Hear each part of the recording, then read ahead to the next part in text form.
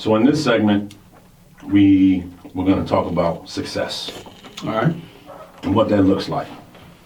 So I jotted down a couple notes on what I feel as though success will look like. For you as a gentrifier. For me as a gentrifier. Okay, I think we got to make sure that people remember. Remember that. You got to keep that going. Yeah, at least to the end of the year. Yeah, I mean, I think it's indefinite. Yeah. You're never going to stop your Never gonna stop. gentrification efforts.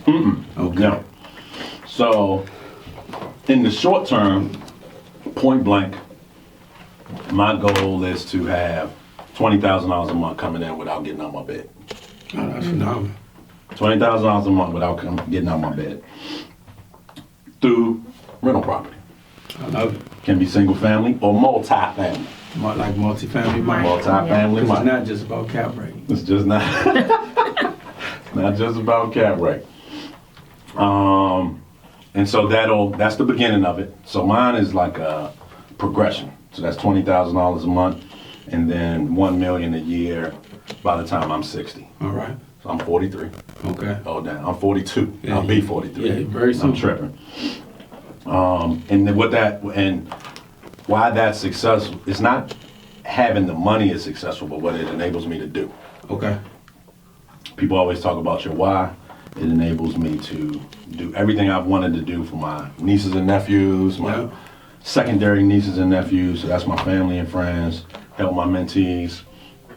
And also, what success for me looks like is not just me having that, but helping like anyone who has kind of hitched their wagon to me to be making $15,000 a month passive.